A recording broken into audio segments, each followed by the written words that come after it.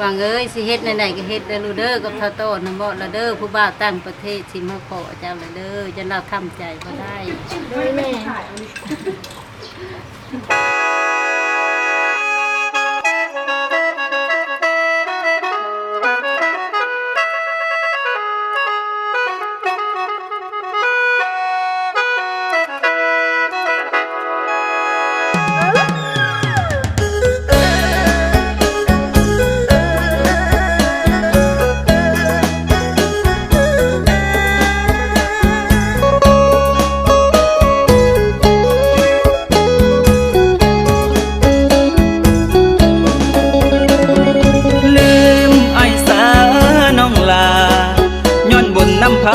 สองเฮาบ่ได้ร่วมกัน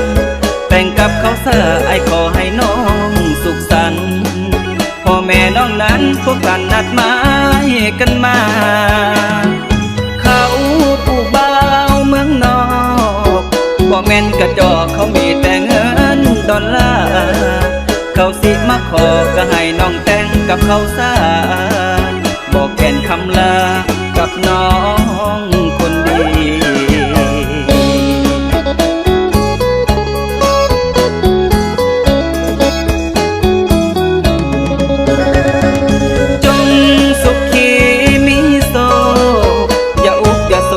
ให้พ่อแม่น้องตีก็หูอยู่ดอกว่าเฮาฮักกันมาหลายปีพ่อแม่น้องนี้ท่านอยากให้น้องสบาย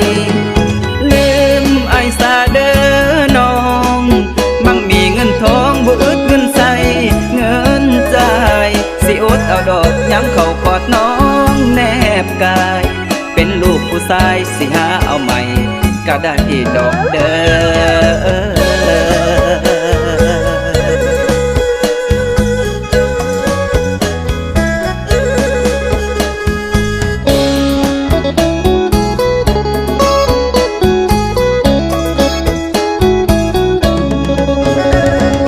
จงสุขีมีโศกอย่าอุกอย่าโศกอย่าให้พ่อแม่น้องตี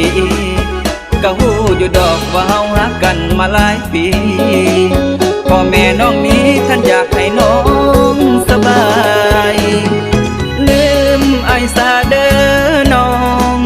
มั่งมีเงินทองบ่อึดเงินใส่เงินใจ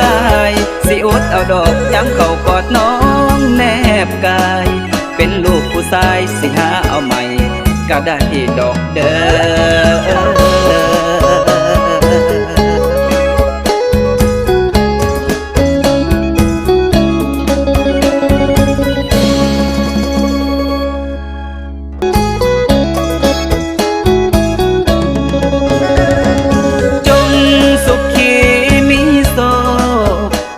อย่าโศกอย่าให้พ่อแม่น้องตีก็หูอยู่ดอกว่าเฮาฮักกันมาหลายปีพ่อแม่น้องนี้ท่านอยากให้น้องสบายลืมไอ้ซาเด้อน้องมั่งมีเงินทองบ่อึดเงินใส่เงินใจสิอดเอาดอกย้ำเข้ากอดน้องแนบกายเป็นลูกผู้ชายสิหาเอาใหม่ก็ได้ดอกเด้อ